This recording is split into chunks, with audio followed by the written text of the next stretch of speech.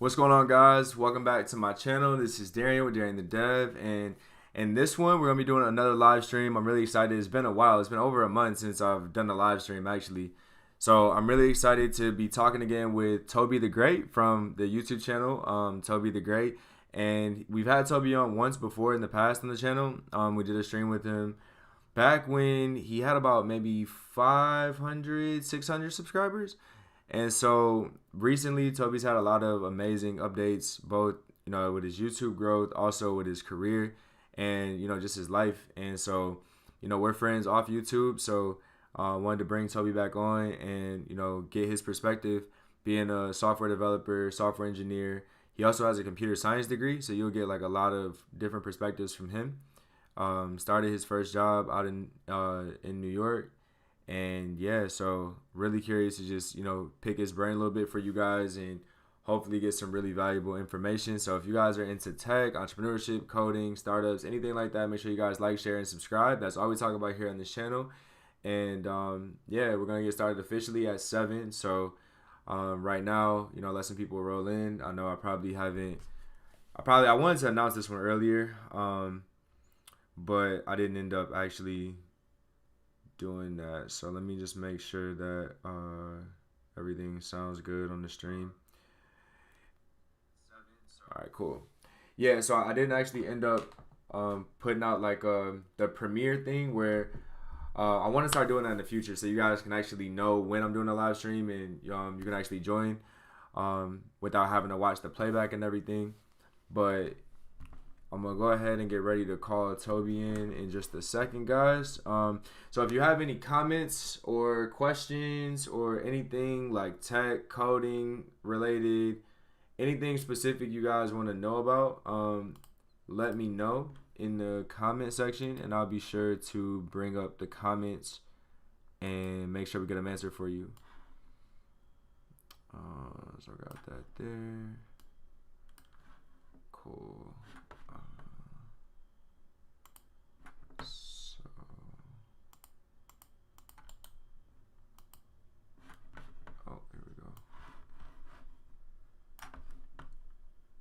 So I'll flip this over.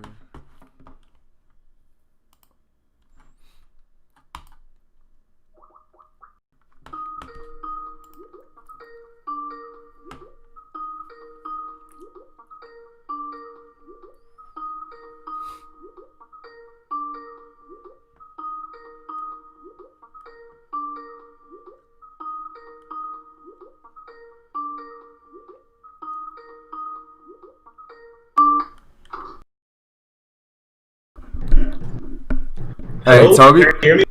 Yeah, what's up, brother? How's it going, man? How you doing, man? I'm doing good. Wait, let me make sure my headphones are connected. Okay, I gotta connect them here. Good. Yeah, I think we're good. Look at you, man, in the new spot. Congratulations, man. Yo, thank you, man. I really appreciate it. If you don't mind, I'm gonna take a quick picture so I can post a link on. Let's do it. No doubt, man. Thing. Is Put you on my monitor. how's quarantine going out there in New York? Is it easing up? Yeah, it definitely is. Good and bad because everybody's outside. But Yeah. like everything is opening up, like restaurants. You can go bars, get food now. Man, dude. Cool. All right, I'm gonna quickly post about it if you don't mind. No, do your thing, man. Do your thing. How everything going in Michigan? Oh man, so actually we're actually pretty good. Like I looked at a map today. We're one of the states who I guess we haven't had a resurgence or anything like that. Okay. But it's hard to tell. Like I was downtown Detroit last weekend, and it's like COVID never happened. You know what I mean? Like so yeah. So but no, man, I'm good. Like it's weird because I was down there too. But I feel fine.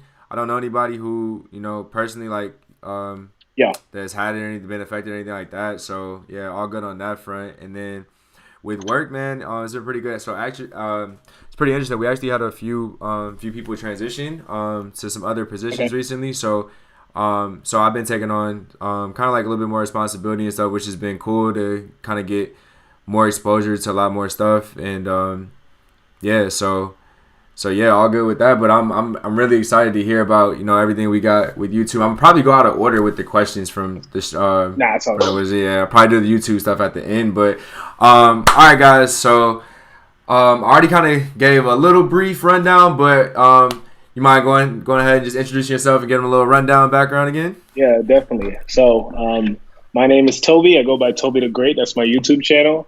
I talk about software development, tech. I go over some tech projects. I like to, bring in New York City because that's where I'm from in some of my videos. And I'm just happy to be here. We last spoke, I think, in December or January. And that feels like years ago, honestly. Yeah. Oh, man, because so much has happened. Yo, so much has happened. It's just been crazy. It's wild. So yeah, so last time we talked, man, so I didn't realize that before you said that you were gonna go work at a startup during our last stream. So did you already kind of know? Did you have a job or like back during that time? Did you already have this kind of lined up once you finished school and everything, or like what was the process? That was in January we spoke, right? Yeah. Funny enough, I did. I guess it never really came up. Or maybe if I mentioned it, I didn't really highlight it. But yeah, I did my whole interview process for the company I'm working at. Yeah. I did all of that in November, pretty much. November, and I signed the offer in December. Oh, nice. So they were just waiting on you to graduate, to finish school? Pretty much, yeah. Nice. I was lucky enough to push my offer out. They let me, they were pretty flexible when I told them I was graduating in December. Yeah. And I wanted just some time to relax and just to enjoy, I guess, post-grad life. Yeah. And that's cool. So they understood. They were cool with that then. Yep. Mm-hmm. That's cool, man. So yeah, let me get it. So are you? So I know when people are moving into new roles and getting into new companies and everything, some things are still kind of sensitive and stuff. So let me know if there's anything that you can't say specifically, but can you tell us a little bit about the role and everything? And yeah. So the company I work for is a financial tech company that specializes in a bunch of products that allow people to just make different kinds of payments. I know that's pretty general, but basically it's kind of like I think finance company is a pretty just good way to put it. It just helps you make more transparent decisions on how you spend your money. Okay. So they're a startup? I guess I could just say it. I don't know why I'm just saying it. There's nothing wrong with you saying I work at a firm. Okay. So a firm is a financial tech company that kind of functions in when you make a purchase. Let's say you want to buy a mattress online. You can either buy the mattress outright for $900, or you can use a firm which lets you I just pay it in installments, so you can pay it in three. Oh yeah. Those are popping up all over. Amazon has it, PayPal has it, the credit. Yeah. Mm-hmm. So a firm is being used by a bunch of different retailers and vendors. And a special thing about a firm is a big part of it is the transparency. You know exactly when. Maybe I shouldn't say too much, but I like a firm that it's just a very transparent kind of product that allows people to sort of have more flexibility of how they spend their money. Cool. But okay, but is it a startup, or are they kind of a well-branded, they've been out for a while? I would say, yes. The second thing you said, startup in the sense that it's still a private company, but yes. But they've been been around for a while, yeah. Okay, got you. So that's interesting. Did you I guess anticipate going into the fintech market, or? Honestly, no. I had no idea. I've been lucky enough to have internships. Sorry, I'm just copying the link. No worries, man. I'm lucky enough to have worked in a bunch of different places in terms of company size and different sectors. I didn't really see myself going into the startup world, honestly. In college, I was just fine with going to whatever company could take me that was paying me to code. Of course, man. Yeah. As luck would have it, I managed to find a really good spot at a company that I really strongly believe in. So that's awesome. Yeah. Now, can you talk about a little bit navigating that process? So obviously you had a job. So you were lucky. You had a job before. Not lucky, diligent. You had a job before. I don't even want to take away that credit from you, man. Because that takes a lot of diligence to have a job before you even graduate college. And I'm sure you probably went through a pretty grueling process.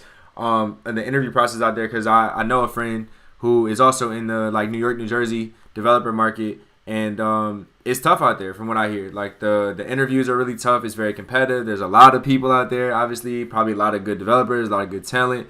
So I guess, can you just walk us through, like, I guess maybe some of your senior year and like leading up to, I know you had an internship. So like, what was the process from, I guess, that internship, finishing school through the job now? Okay, so I guess I don't know what a good place to start. Maybe the last internship that I had was at a small company. I guess small, like 300 employees. So just kind of like more of a startup than I guess where I'm at now. Mm-hmm. But right after, or probably during the internship, I already kind of knew like, all right, I'm ready to really get into the full-time world. And I was already aware of a lot of recruitment cycles for big tech companies and just tech companies in general start earlier and earlier for college students each year. So trying to get on that like as soon as I could, I already kind of was scoping out a plan for the last half of my internship. I was already interviewing with different companies, just trying to do some more research, and of course, like practicing all the coding questions and technical interviews. Mm-hmm. So I kind of had a plan, or I had an idea that as soon as I was done, August, September, what's after? August, September, October, I was like, I already know that like this is where like the bulk of the recruitment cycles for a lot of top tech companies were at. So I got really lucky. Got you. Okay, so what do you think, if you had to go back and I guess reflect on it, like what sets you apart from all the other people in your class? Because I'm sure not everybody in your class has a job right now. So like what do you think like sets you apart from, I guess, maybe how you approach the interview process? Was it a networking thing? What set me apart? If I had to pick one thing, maybe I think I was just lucky enough to like hear about different kinds of resources. Yeah. Like on my channel, I talk about how Reddit really changed my life. The website Reddit, have you heard of it? Like that app where like people just anonymously share the forums and stuff, threads. Yeah. Honestly, I found that in the fall of 2016, shortly after I got rejected from the Google software engineering internship. I still remember that night. Like that completely changed my life, because that's when I learned that developers were getting paid, or interns were getting paid $35 an hour. Really? And at the time, I was like, "Yo, that's Google." That was Google interns. Sorry, Google interns were getting that. No, I think I was looking at Goldman Sachs. Oh, okay. That was actually the internship I ended up doing. That's still wow. Yeah, I thought that was just. I was like, wow, I did not know kids that are like 19, 20 years old are really making full-time salaries. Wow. And that just the knowledge of knowing the ceiling of software engineering salaries, or even the floor, like what like a lot of average developers in definitely focused in San Francisco and New York and the high cost living places, but it was just wild to me, and it really like I guess it made a huge impact into me taking it seriously as a career and being more invested in looking for more resources to learn more about the field. Yeah. So I know you touched on the role a bit. What stack do you guys work in? The stack, I guess like it depends on like the team. Like there's a bunch of different areas, like front end, back end, infrastructure. Do you mean me specifically? Yeah. So in my onboarding session, I'm still kind of like, there's still like a lot going on in terms of figuring out what. Yeah, the first few weeks probably will be like that. Yeah. I would say one of the main languages is Python. Definitely. Okay. I've been looking at. Nice. Yeah, that makes sense because y'all probably I guess I'm not really sure how to, because I wanted to say, like, I wanted to compare them to like, I don't know, like a bank or a credit union. It sounds like are they a lender, or they're just a platform that lenders like lend through?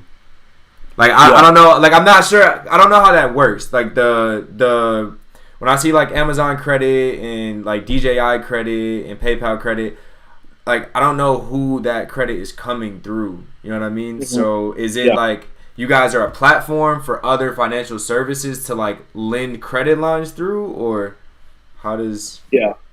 So I'm definitely not the best person to ask about this. Okay. I'm still like learning all of this. Yeah, that's interesting. and also I don't want to misrepresent the company or say something that isn't the For truth. sure. Absolutely. I would say they're like a financial services, like financial technology based company that like mainly works with the technology of like allowing you to be flexible with your cash payments. It makes sense. It's interesting too that y'all working in Python.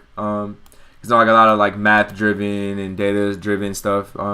Usually it's Python. I've never used Python, but I've just heard that. And I know you mentioned like when you were talking about like doing the like your coding challenges and stuff, like getting ready for your interview. Like what else would you do to get ready when you went through that kind of like gauntlet of interviews and getting ready to like hit the job search?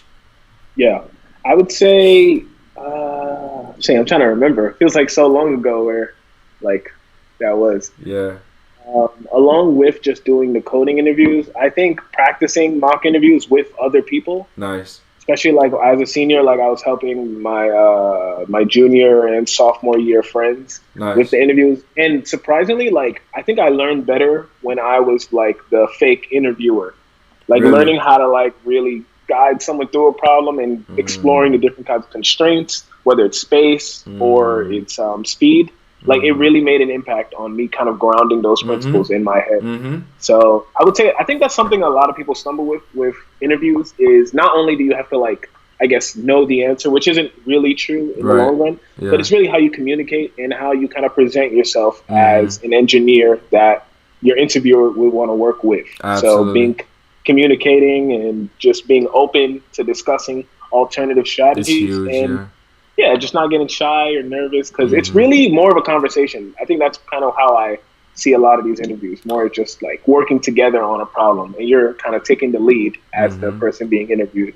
Absolutely, yeah, because my issue was staying in my head a lot. So like if I didn't know something, I just wouldn't say anything and I would just think about it and I want to be sure about what I'm saying before I say it. But then you end up just there like are you good? Need some water? Like you okay? And it's because that could be just as bad as talking too much, like just not saying anything. Because if you are saying something, at least they can know where you're at, what you're thinking, and help maybe guide you and push you towards the right direction. So.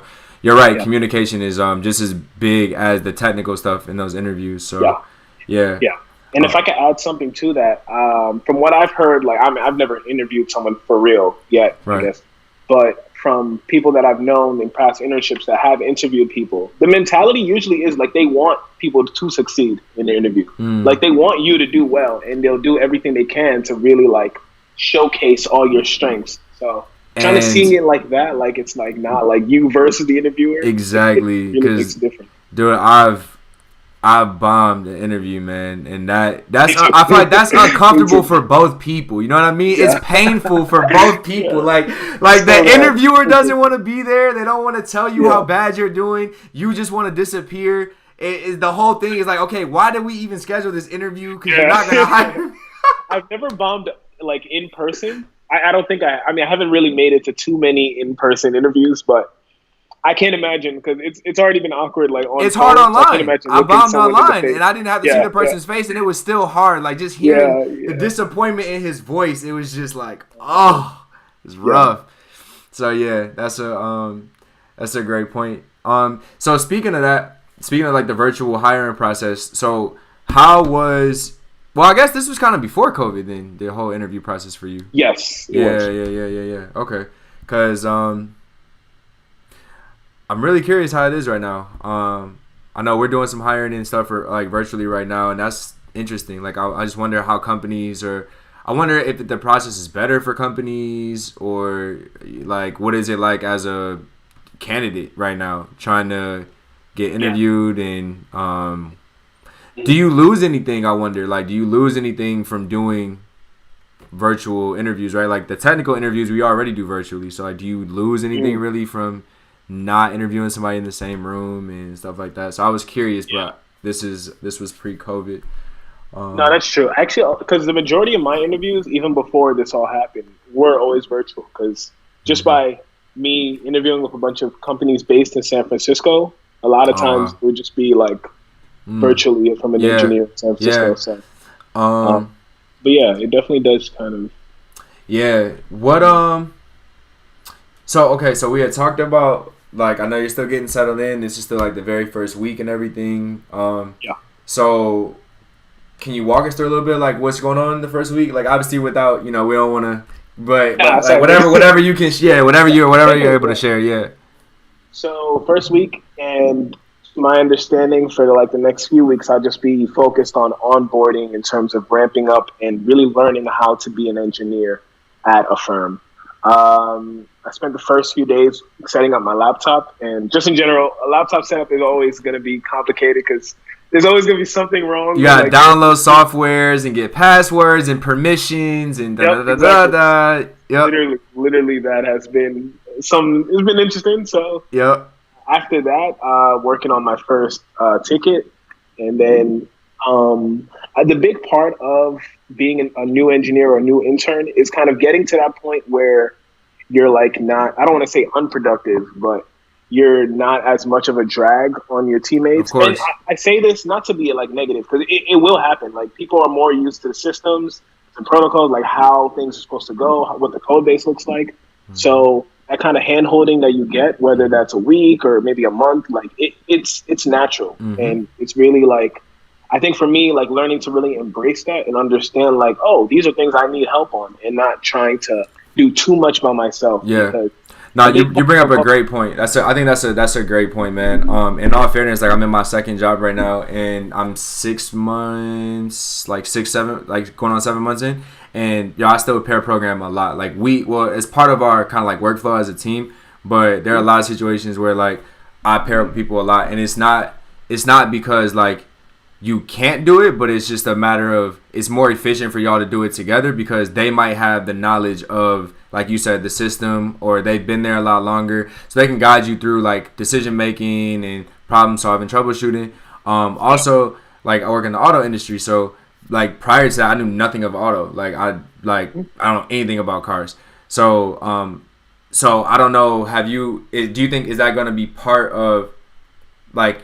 Is there like a financial side of the company that you have to get like terminology, vocab? No idea anything the finance industry works. So, and I can tell like my software engineer teammates, they do have an understanding with that, but that came with like just working with the product and interfacing with like different people on the non-engineering side. So it's like you could be for anybody who's like out there in boot camp or teaching themselves coding or anything, like just because a person has a job or whatever, like you can be guru status like on the coding level, but there's a whole element of the business and everything that you really have to understand, the market and all those things. Like even working with mortgages at my first job, like I never bought a house, like I've never had a mortgage, you know what I mean? So there was a lot of things that it was like, okay, a lot of terminology, a lot of, like you said, systems that serve different parts of the business, but you have to understand like where your team is at in the grand scheme of all these other teams and how you got, so there's going to be, I'm sure like a part of that month you were talking about and everything, like, there's going to be a big technical, like a lot of technical learning and a lot of like business learning too. So it's, man, it's a good time that like that ramping up part, getting a bond with your teammates and stuff. So that's cool. Let me see.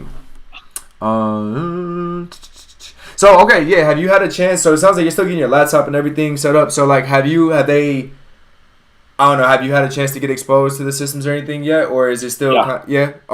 Okay. Wait, by systems you mean like the code base? Yeah, code base you'll be working with. Yeah. Have you? Okay. I've already started like my first ticket. So. Okay. Mm-hmm. Wow, that was fast. First week? I mean, I started on Mondays and Friday. It came with like a lot of like different kind of hiccups and stuff. But yeah, I'm lucky enough to have gotten a ticket that was like manageable enough for me to like really get going. Nice. And a big part of it obviously was just not focused on the code change, but just getting familiar with where, going into the code base, looking for what goes where and why everything is there. Yeah. Nice. So yeah, I don't know if we're too early to tell, but like I guess how do you feel about where you were coming out of college as a developer going into this job? Do you feel like, so it sounds like if you went in your first week and started working on a ticket and knocked it out, then you must be feeling pretty good. Are there things that you're like, oh man, I need to get more exposed to this, like, you know, for my job now, or yeah, definitely. So I'll just be honest, like going into this job, like I never really used keyboard shortcuts or like all those like different bash scripts or terminal stuff, or even like applications that help you manage time or be more productive. Like all of those things, I was kind of just like a more manual person, like just go in, figure it out. Mm-hmm. And I knew like I had mentors and other like interns in the past that would like tell me about these things. And I never really considered them because I'm like, oh, okay, this might save me 5 seconds here. Right. But like, well, what's the grand scheme of like what is that really going to end up doing? Like, those 5 seconds add up so much. When you're going back and forth all the time, so like much. with code, when you're like using your mouse all the time. I like really learned. I had some people tell me that like really good, or I guess computer oriented people like barely touch their mouse. And I'm thinking like, how is that possible? But there's really a shortcut for everything. And it's so much more efficient and probably even like long term like healthy for your body. If you're like not moving your hand all the time. Yeah, 30% less chance of getting carpal tunnel from just not touching your mouse as much. That's man. It's very true. I also using your IDE. Like, what IDE are you guys using? We use PyCharm. PyCharm? Okay. Yeah. Heard of it, never used it. But it's I know. Like Intellij. Have you heard of Intellij for Java? I have. Yep. It's made from the same company, and it looks basically the same. It's functionally the same. Nice. So it probably has. I'm guessing it's probably beefed up. It has a lot of tools and stuff in there. It probably has a ton of tools. I'm really trying to learn of all of them. Because actually this week I learned like what you were just talking about. I learned like 5 shortcuts like that I didn't know existed in Visual Studio, and I was just like, oh my god, yeah, man. It's so good. Once you really work it into like your normal routine. Man, and it's crazy how intelligent the IDEs are, but if you don't know how to use it, like, which again is like a whole. So there's so many. I was talking to somebody else about this the other day, man. There's so many layers to being there's one thing to be a hobbyist developer, right? And like I just want to write scripts and I just want to like do cool things, scrape the web, make my apps or whatever. But to move into the professional realm, like you just said, like there's a whole transition of like workflow, right? Like there's the whole agile team collaborative. You got to talk to the business and communication. So there's like that piece. Then there's like coding standards piece. So there's no more just like, oh, I'll just write this big, huge function or like do this or do that and like not worry about any security stuff, not worry about any of this. Like there's a set way of doing everything, set way of naming conventions. Like everything has standards. So learning how to use the IDE has been a huge part of me kind of getting integrated with my team because it's like, yo, I see how they keep everything the way they do. So one example is like you can literally refactor. We use a tool called ReSharper. It's like a licensing tool that you have to buy inside of Visual Studio, but it gives you like so much more on top of your IntelliSense that already comes in Visual Studio, which is already crazy out the box. It's Microsoft, so it's already crazy. So once you have that, man, I'm talking about you can highlight sections of code and like literally just click an option to refactor it. It'll refactor it. You can move things into new classes. I can take like a JSON object and I can just put like paste JSON to class. It'll take the entire JSON object and turn it into a C# class. Like there's just so many things, like you said, like these little things that before you're like, oh, I'll just do this or oh, I'll just do that and blah blah. But when you get into deadlines and like we said, like man, that's big. Shortcuts are huge. So that's gonna be big going forward. Let me see. Have you had so far any surprises in the role? Surprises? I don't even know. I'm sure I have, but I kind of didn't even notice, or it's kind of like, oh, this is just part of the job. Exactly. I guess not to say that I was surprised specifically, but it's always nice to see other engineers or people in general pitch in to help you whenever you need help with something, even when they're really busy. Mm-hmm. It goes to show company culture is one of the most important parts of a company, regardless of how big they are, how successful, the name brand. like if you have like a good group of people that are supportive and really like want the best for everyone else, like that I think is the best thing for like a person's career. Definitely. Like when you really have like a good culture. Definitely, man, because you gotta think like it's easy to kind of like get along with everybody when things are going well and smooth, right? But like, what about when things hit the fan and like production blows up and it's like, all right, now nobody's going home or nobody's logging off right now until we fix this, and then it's like, you know what I mean? So it's like, are we gonna like blame each other? Like, oh, it's your fault, you pushed last, like, you know? So you're right. That's huge. Yeah. Glad to hear. I'm lucky enough to never like have gone through a story like that, but I've heard all kinds of different things with like people with less than ideal situations, and nobody wants to be at fault. So anything you would share with anybody watching the stream right now? And I think a lot of what I've noticed is I think a lot of people who are on this channel, particularly, are like people looking to transition into coding from a different career, or they're like currently teaching themselves, or they're in a boot camp, or just about to go to a boot camp. So to anybody in kind of those demographics, right? So like just non-traditional CS background, what tips would you give or share, I guess, from learning or the job interview, or not interview, but job like search process? Yeah, I really wish like things were different, because this is like, I feel like 2020 is supposed to be everybody's year to really try something new and to really go forward. So it really sucks. Like I really feel for everybody that is really kind of stuck in the middle position, or they're trying to come to it like a tech position and it's not moving. I would say the number one thing to do is just be open.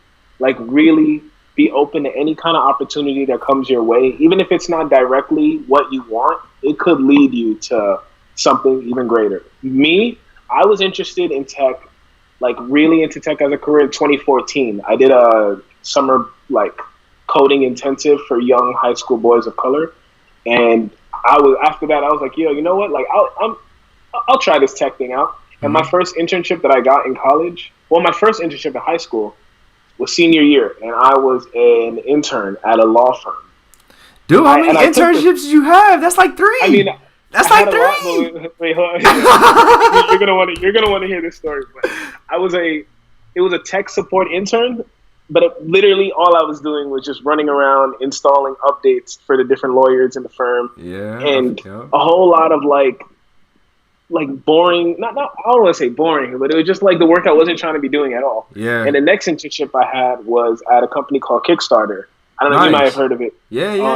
But I wasn't a tech intern. I was I was in the music department, and I was basically doing Excel work, helping them like update information for like different kinds of artists. And that was the first time like I got to really see software engineers work. So Kickstarter had an engineering team, and I would always like, every time I wasn't doing work, I would always like go walk over, sit over there with them and see like, hey, what are you guys working on? Like, what kinds of technologies are you using? I would hear all these kinds of terms and stuff I didn't know, like Ember.js or different kinds of stuff. Like I was just always trying to figure out like, hey, so what are you guys working on next? Like what? How do you guys plan your projects? Like, what kinds of different apps do you use to code? What is GitHub? What age? Like, what age was this? What age? Yeah, that was when I was sophomore year of high school, of college. So that was freshman year of college. Sorry, I was 19, 18. Nice. Sounds like a good experience. So, even though like I did have the benefit and the privilege of going to college so I could get into the internship pipeline, like I wasn't always like, as far as I've been interested in tech, I kind of really only got into it like maybe 3 years later. So everyone's timing like will come as long as you're open and as long as you're always willing to pursue that next opportunity.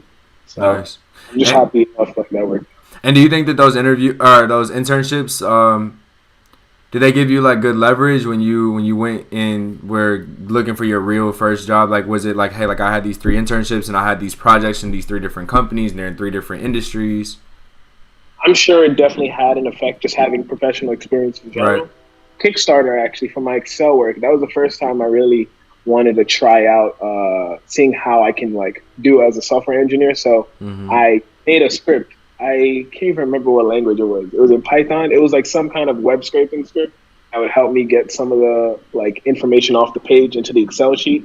I probably as much time on the script as it would have just manually doing it. Like it was something like resume, like, hey, like gotta start somewhere. Yeah. Cool. Yeah, I think that was it. That's pretty much it. Like just having that experience. Okay. Yeah. No, you're not the first person I've heard say that. That even unpaid work sometimes is better than just sitting around or just like doing tutorials necessarily. Like if you're in tutorial hell, like purgatory, whatever you want to call it, people jump out of there and like go do a unpaid internship or go do a freelance project for a friend like that has a small business. Be like, hey, let me build you an app or let me, whatever. Because that real world experience is so different when you have to make those decisions. Like even though you might have spent a ton of time on that script, like it might have took you forever because you had to make all the decisions. You had to decide like how to approach it, how to write it, like try, fail, like troubleshoot, debug. So yeah, man. Okay, so all right, so life stuff or YouTube stuff? Which one? Let's see. Whatever you want. Let's see. All right. So yeah, I guess we'll close out with the life stuff. So so YouTube, man. So the last time we had you on the channel, all right, you had a fraction of the subscribers that you currently have at the moment. All right, and I remember you saying that this year, 2021 year goals was to hit 1,000 subscribers. You know what I mean? So you've done that now, and it's crazy because not only did you hit it, dude, like you blew it out the water, and it's like midway through the year. So you're gonna be at 2,000 here pretty soon. I mean, if not already, like you might already be like right there. So I mean, dude, potentially you could be anywhere from like 4 to 5K by the end of the year at this current growth trajectory, right? So like talk about how that's been, like what is like. Yeah, like that all happened since January, so that's fast, dude. That's super fast. Yeah, that was January. I mean, it's crazy. I guess if I'm making predictions, I am shooting for 10,000. So since I'm 1 for 1, I know. Every time I come on a live stream with you, I guess it just seems to really shoot me up. Why not, man? Why not? What made the biggest difference for me? I guess I could talk about it like in terms of first. Statistically, maybe will work for me, or how do I put it? In a numbers point, I had one video that just blew up, and that blow up started I uploaded a video called "The Worst Lines of Code Ever" in I think July of 2019, and that video was probably at like around like 200 views at the time that we were talking in January, but somewhere along the line, like maybe April, May, it just shot up. It got pushed everywhere in the YouTube recommendation, both in suggested and in browse history. Out of nowhere. In browse videos, out of nowhere. I did some research, and I don't want to get too much into it, but like the video was just talking about bad coding practices in general. I don't even think it was that good of a video. I was just trying out different kinds of videos, and I was like, you know what? Like, I think this could be a cool idea. I had one video before that did moderately well for my channel. It got like maybe like 1,000 views at that point. So I was like, oh, let me do more real world coding. Right. Yeah. Worst lines of code. And there's a famous game developer named Yandere Dev that created this very popular but controversial game called Yandere Simulator. And how do I best like sum this up? Basically, he's a really popular developer, but he makes a lot of questionable code designs, and he streams live on Twitch his development process. And a lot of people that are looking for the game, seeing that it's not coming out, were probably looking online like, yo, like, what's up with this? And somewhere along the line, I think YouTube related my video. It kind of crossed over somewhere. To his. And people assumed that my video was about him, like about this. This is a developer with a YouTube channel of over 2 million views. 2 million. He's got videos. He's got a game on Steam that's like has like I think 10 million people have it in their wish list. So it's a massive game in terms of popularity. And my video just happened to catch the tailwind of it. And right now, I think it passed over 100,000 views like a few weeks ago. And it's just that is wild. Yeah. It's crazy to see like the influence that like the big YouTubers and stuff have, like So just getting caught on like a piece of their SEO could like, I mean, it like completely changed. Bro, I mean, what is it like? Almost quadruple? Were you at like 500 or 600? I think maybe in January. Like when we talked, I think I was at maybe like 300, 400. Dude. Yeah. What are you at now? Like 19, 18? Around 18. I think 18, 30. Yeah. It's amazing. It's like, it really taught me about like the whole YouTube thing as a whole. I don't know if you have any. I think you have some further questions about it, but no, go ahead, man. I think just learning about like yes, making trending videos or videos that are about certain subjects can definitely carry you, but like two, just learning about like kind of the mentality that the YouTube algorithm has in terms of pushing out content and recommending content to new people. Like I really took the time to really study the effects of that video. I was tracking it every day or every week, taking notes on like really what worked for this that could continue to work for my channel in the future.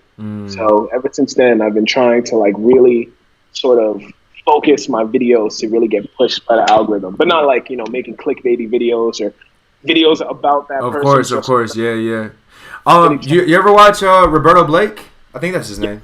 Yeah. So have you ever seen him talk about when he first started his YouTube?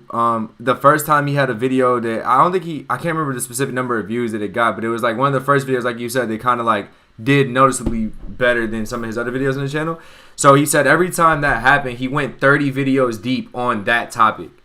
And I remember thinking like, bro, that's insane, right? Like, because it seems so overkill, but I think like when people think about YouTube growth, like what you were saying, like understand the algorithm, like once he saw that there was a specific, like whatever it was, keywords, title, whatever it was about that particular video, he's like, yo, let me just, you know, give the algorithm 30 more chances to see what sticks or what happens.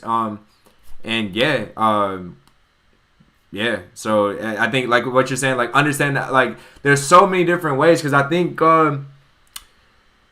there's not like one set way to grow on YouTube, you know, and I think that's what makes everybody's story interesting, because everybody's story of growth is interesting. So like that little story that you just shared right there could be the beginning of your the entire rest of your growth. Like, yo, like I was grinding, then I caught this little win, grew 4 times in like a couple months, and then from there it just kept rolling. So like, man, that's great to hear, man. I was so excited when I saw that you crossed 1,000, because I was like, bro, we had talked about this together, like not even long ago at all. So am I missing anything? Yeah, we kind of hit on that. Yeah, have you noticed any so far, has there been like any changes since the growth kind of kicked in? So have you noticed like anybody reaching out in terms of like, I don't know, like somebody wants you to shout out their text editor, or you know what I mean? Like, I don't know, their game or something. Sponsored. I would love that moment where I could just say it's coming. Like, it's coming soon. It's coming. Yeah. I mean, not yet. Like some people do. Like I do get some emails talking about like different kinds of like collaboration opportunities, and no sponsorships yet. But I'm really just focused on building out my brand and really making videos that I think are like of a much higher quality than the last for sure iteration of my channel. Bro, so all right, so for anybody watching, little YouTube vulnerability right here. So one of my things is like the quantity of videos that you have to put out to kind of stay in favor with the algorithm and everything, right? So like I try to aim for like 2-3 times a week, but as you know, dude, that gets so rough. Like it gets draining, right? From the planning of the videos, scripting, shooting, editing, whatever that is, right? There's just so much to the upload, the research. There's just so much, right, for just like one video.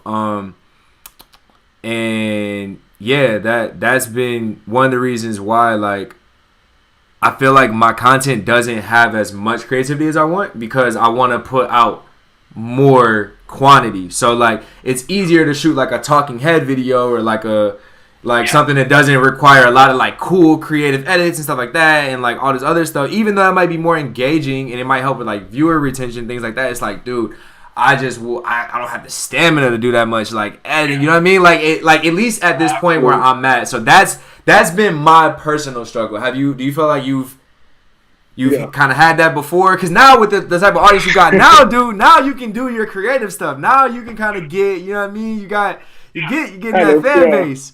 Yeah, I think I honestly I feel you so much. I spent so many nights in college working up late, 2 a.m., 3 a.m., spending more time editing than doing my homework, studying for tests. So I feel that it gets so tiring. And you're right, it's so easy to like, you know what? I could just be like one of those channels that just sits and just talks about random stuff. And it works for some channels, and especially in our niche. It works for some of them. Yeah. But like, it's just hard. It is. In my personal view, I feel like both me and you, we have a pretty sizable catalog by now. I think you're over 100 videos. Yeah. I recently passed over 100 public videos. And I think for like understanding like your audience is like a real important thing. Like if your audience likes those types of videos and they respond, whether that's with likes, with comments, and with like watching your video, like a good length of your videos, then yeah, doing that. But understanding like, for me, I try to do the once a week thing. You didn't talk about 2 or 3 times a week. For me, doing one a week is just rough. It's rough. Because I really want to be creative. I don't like doing videos that like if I search it up, I see like 5 videos that pretty much do the same thing. Even if I can add my own spin on it, like I try to look at it from perspective of me. Like, would I want to click on this video? Would I want to watch it? And if not, I'd much rather put out a video like once every 1.5 weeks that like people like love rather than have a semi-regular schedule that isn't the kind of content that I want to put out. Right. So yeah, I would say like the editing sucks. Like I mean, I don't want to say it sucks. It's just like it gets very tiresome, especially if you're doing a long video. I know you just put out a video. But let me say, shout out to you though, because your videos are so watchable because of the time that you put into the editing. Like honestly, a lot of time when you put like actual, like you're showing screen captures of your actual coding, you're showing graphics, and you're showing the game. Sometimes, like dude, that makes, and then you're doing the narration on top of it at times too. Like bro, that's really engaging. That's a lot of work. I mean, I appreciate that. Yeah, absolutely. Thank you. I think I got to a point where like I realized, like for me personally, if the content is really good, then the editing process won't be painful. So even though it's a long time, I got to a point where I used to edit videos and I hated every second of it. Like I'd be spending maybe like 7 hours editing a video, and when I finished, I'm like, you know what? It wasn't even worth it. I don't even like this video that much. Yeah. But nowadays, I know if I'm editing a video and it's just not, the vibe is wrong, I just won't do it. Maybe I'll scrap the idea. Absolutely. Or I'll just re-record it, or maybe even do different editing. But like, I really try to understand, like, yo, I got to look at this in terms of a viewer that is either just coming to my channel or it's like a returner. And yeah, I like to make content that is going to be great, even if the editing process is going to take me a long time. Nah, I think that's great, man, because you as the content creator have to protect your personal energy. Otherwise, it's going to be lacking in the videos, or like you'll just stop creating. Like that's literally it. So I think even what you're saying, like if you got to drop once every week and a half, 2 weeks, like whatever that looks like for you as an individual creator, as long as it keeps you like inspired, or if you need even like some creators do months in between their drops, like just because it's like, yo, like when that video comes out, they put so much time and thought and energy into it, the edit and everything. So it's like, that's what I mean. Every creator is different, but the main thing is like just not burning out, man. Just that's my thing. Like this is my 3rd YouTube channel. My biggest channel so far is 492. So like I'm at 414 on this one. Trying to catch the 492. That's the next goal. Like, all right, got to get to like 500. Then I'll be at like halfway to my goal for the rest of the year. Like, all right, now let me just get there. But like you're saying, man, keeping the content fresh, original, not doing topics that are just out there saturated. Trying to keep it the style and the edits interesting. Yeah, it's a challenge, but I think that's something that I've been trying to work on too, man, is if I just don't feel it, don't do it. Like if I'm not feeling the topic, if I don't feel like I have the energy to make the video, I'll just squash it, because it's gonna just feel, you're just gonna feel terrible the whole time while you're shooting it. Then when you get done, you're like, oh, I gotta edit now, yo. the metadata and like make sure you got a good title and the thumbnail. Do you do your thumbnail after the video? What was that? Yeah, me too. Do you do your thumbnail after the video? Yeah, yep. Okay, yeah, me too. Yep. It is really. I mean, it's fun at the end of the day. Like, I think to really have success into it, you gotta like not see it in terms of like, oh, I'm gonna get clout or I'm gonna get money. Like, you have to really like the content creation to do it. And I heard that before I started, but like I really felt it. And yeah, it's always at the end of the day. Like now, I'm really lucky that I'm able to do it and have any number of an audience. Like, of course. I say it kind of often in my videos lately that even just 10 new people watching my videos means so much to me. Like once my video crosses the 10 view threshold, I'm like, all right. Of course, I'm good with that. I'm good. It was worth creating. It was worth creating. Yeah. Yeah, that's big. Let me see. So we got about 10 minutes left. So real quick, just to wrap up, kind of some of the personal things that have been going on with you. So obviously we got the new pad. Yeah. So we got that. So how was that during all this? So the job thing wasn't during coronavirus, but the move probably was. Yeah, so how was that? Yeah. So I guess I should start by saying like I had a plan, like in terms of content creation and just being productive in the next stage of my life, where at the end of, I think I already said it, as soon as I entered college, I was like, yo, I'm moving out when I graduate. I don't care when it happens, when I graduate, but like when I'm done, I'm going to live on my own for the first time. Because I think just for me, I really feel like I need that added layer of responsibility to really motivate me and to really push me towards even take myself seriously. Because I mean, I like living at my parents' house. I'm lucky enough to have a good relationship with my parents that I know a lot of people don't. And like, I was definitely comfortable like living at home, but just mentally, I was like, yo, I really got to push myself. Like, I really got to take that next leap forward in life.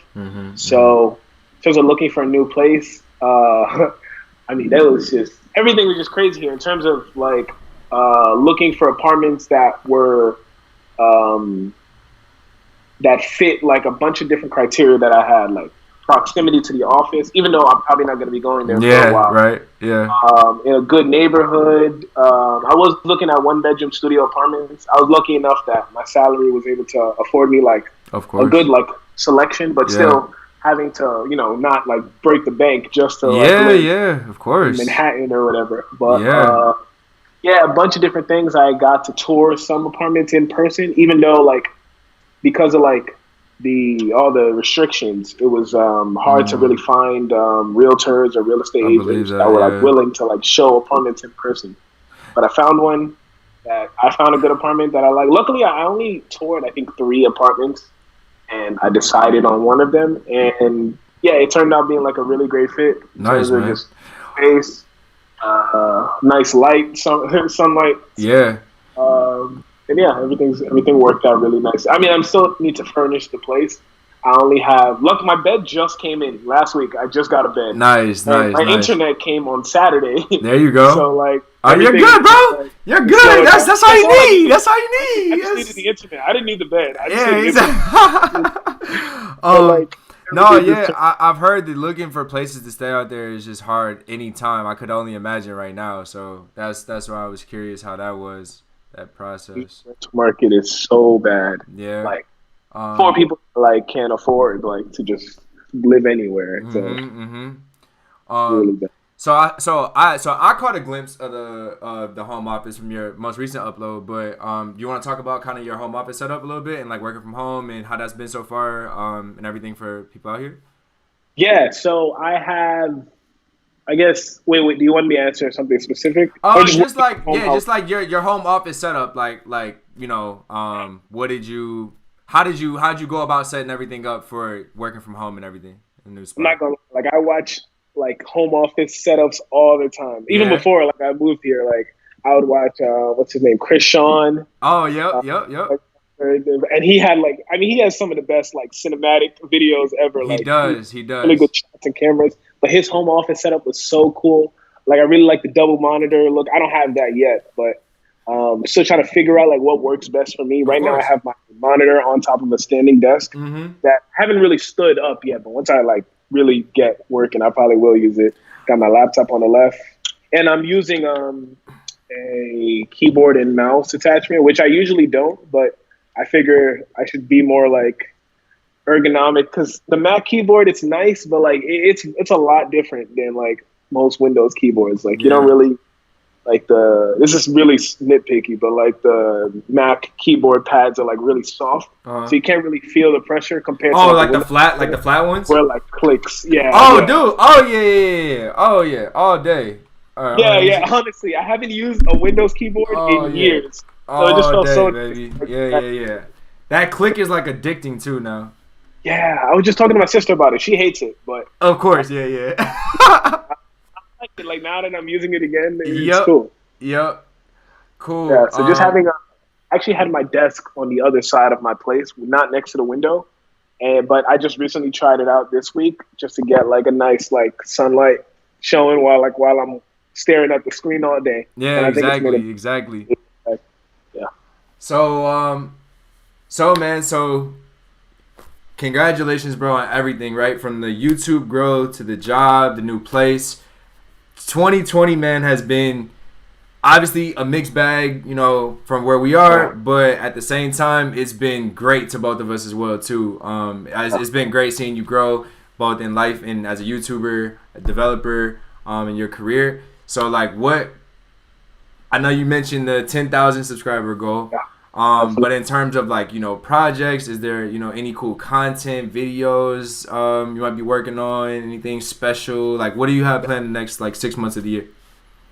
YouTube wise, I don't want to say too much outside of the 10,000 subscriber thing because I really think I have like some cool ideas that I'd love to like really try out. I don't want to speak it out yet, put it in the air, but I'm definitely focused on making what I feel are better videos that really showcase my personality, establish my brand, and are videos that people would want to watch, binge watch, and all kinds of different things as well, while also, you know, growing as a software engineer, both on YouTube, like kind of demonstrating that I'm a software engineer, and also like at work, obviously, like trying to really become someone that's knowledgeable about technology and using it for good. Hopefully. Of course.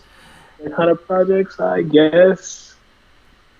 Been learning how to cook more, so I'm trying to limit eating out. Like I really don't want to order. Even I just did for lunch today. It's Friday, and I was like, you know, I'm just trying to chill. I was gonna watch some shows after I was finished working. That's the thing, man. Yeah, because there's always that break in the day where like you gotta go run and grab lunch or this and that. When you're working from home, like if you don't force yourself to, I'll keep it real. If you don't force yourself to get dressed, take a shower, exercise, do everything, it's so easy to just get into a rut. Like, you gotta stay motivated to be like, I'm gonna go do this, walk here, get food instead of getting delivered, like, whatever. So, yeah, man. Yeah, absolutely. Tobi, man, thank you so much for coming through again, sharing all your experiences and everything with everybody. You want to shout out your channel one time and everything? Tell everybody where they can follow you. Yeah, so it's Tobi the Great on YouTube, and you can find me on Instagram and Twitter at I am Tobi the Great. Tobi, Tobi. Yes, thank you. Yeah. All right, for sure, brother. So let's talk soon, man. Definitely, yeah. Get me on again. Hopefully, I'll make that goal by the time we talk again. Hey, I'm trying to get to the thousands still. So hopefully you'll be at the 10, I'll be at the 1, and we'll celebrate at the end of the year like we both hit. I feel like you're gonna pass me at some point. You just need that one video. Hey man, until then I'm in here grinding, baby. Hey, look at this. Got my little mini whiteboard going in. I need a whiteboard, honestly. Speaking of that, it's a $10 whiteboard. It's a $10 whiteboard from Walmart. Yeah, Walmart. Yeah. Oh yeah, yeah, definitely. I need one of those. $10. Sure. I need that. All right, brother. Talk soon, man. All right, have a good night, cheers, man. bro. Peace. Take care.